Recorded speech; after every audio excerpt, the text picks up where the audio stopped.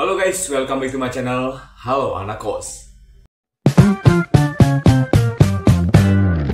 Guys, coba deh lo inget-inget dari kecil kita tuh tumbuh nonton kartun.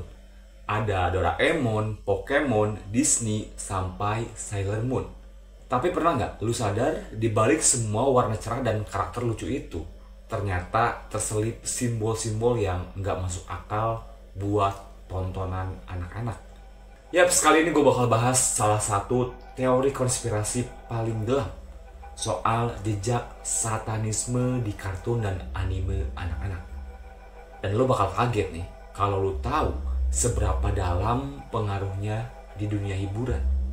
Pokoknya jangan kemana-mana dan langsung aja yuk kita bahas. Nah guys, teori ini pertama kali muncul pada tahun 1980-an. Saat sejumlah pengamat budaya pop di Amerika mulai nemuin pola aneh di kartun-kartun populer.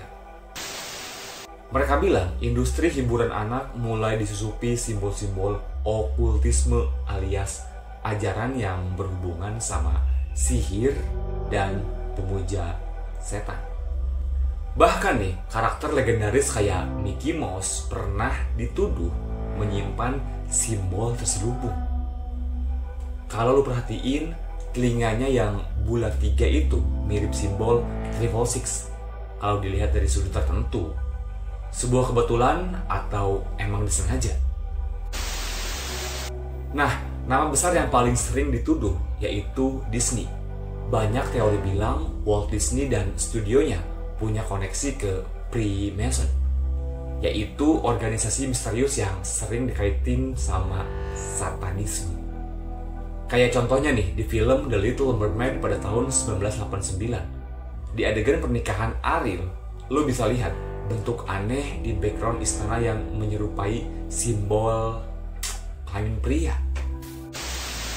Terus di film di The Lion King, ada momen pas debu berterbangan yang kalau lo freeze frame-nya, muncul tulisan SFX. Tapi banyak orang yang yakin itu bukan tulisan SFX, tapi SEX atau seks, pesan bawah sadar buat anak-anak. Dan jangan lupa nih, film Fantasia tahun 1980-an. Di situ ada adegan iblis raksasa bernama Chernabog. Itu diambil dari mitologi Slavia tentang dewa kegelapan. Kenapa sosok kayak gitu dimasukin ke film anak-anak? Nah, kalau di barat ada Disney, di timur ada Jepang dengan animenya. Dan ternyata nggak kalah aneh. Kita ambil contoh aja Sailor Moon. Di permukaan, ini anime cewek remaja yang lucu dan penuh warna. Tapi coba lu lihat adegan transformasinya. Penuh simbol cahaya, segel lingkaran, dan mantra-mantra yang mirip ritual sihir kuno.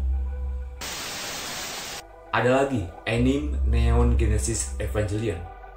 Anime ini sering nunjukin salib, malaikat, dan makhluk bernama Adam atau Lilith. Tapi yang aneh nih, konsepnya dibalik total. Malaikat justru jadi musuh, dan manusia malah nyatu sama dewa. Nah, teori bilang ini propaganda simbolik kalau manusia bisa menjadi Tuhan. Salah satu konsep yang sering dikaitin sama Luciferianisme. Dan yang paling sering disorot, dan kalian pasti pernah nonton atau kalian pasti tahu film ini, yaitu Pokemon. Namanya sendiri disingkat dari Pocket Monster, tapi sebagian orang nyebutnya Pokemon atau Pocket Demons. Itu artinya simbol di mata Mewtwo dan Meowth katanya menggambarkan All Seeing Eyes. Mata satu yang sering dikaitin dengan simbol Illumination. Banyak teori bilang kartun dibuat bukan cuma buat hiburan, tapi juga buat membentuk pola pikir sejak kecil lewat warna, simbol, dan pesan tersembunyi. Kayak contohnya nih, kita ambil Doraemon. Lu sadar nggak? Nobita selalu digambarin gagal, malas, dan nggak pernah sukses tanpa bantuan alat ajaib. Nah, ada teori bilang itu bisa jadi pesan terselubung bahwa manusia nggak bisa maju tanpa teknologi. Dan akhirnya bergantung pada kekuatan luar, bukan dirinya sendiri. Sesuatu yang mirip banget sama konsep pemujaan kekuatan yang lebih tinggi. Dan beberapa kartun modern kayak Gravity Falls, simbol-simbol Illuminati malah ditampilin secara terbuka. Ada karakter bernama Bill Cheever, bentuknya segitiga dengan satu mata. Secara literal, itu lambang Illuminati. Tapi pertanyaannya, apa semua ini beneran konspirasi atau cuma hasil imajinasi berlebihan dari penonton? Beberapa animator Disney udah pernah klarifikasi, katanya sih itu cuma lelucon internal atau coincidence. Tapi ya banyak juga yang yakin gak mungkin semuanya kebetulan. Apalagi kalau pola yang sama terus muncul di berbagai studio, negara, dan dekade yang berbeda. Kalau dipikir-pikir, dunia hiburan emang punya sisi gelapnya sendiri. Dan mungkin kartun yang kita anggap polos waktu kecil sebenarnya punya lapisan makna yang lebih dalam dari yang kita kira. Apakah ini cuma sekedar teori?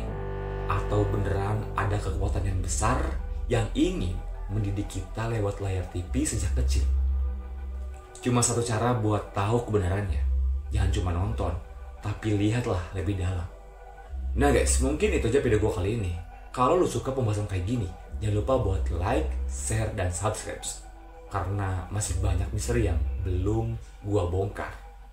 Thanks for watching, sampai jumpa di video berikutnya. Bye-bye.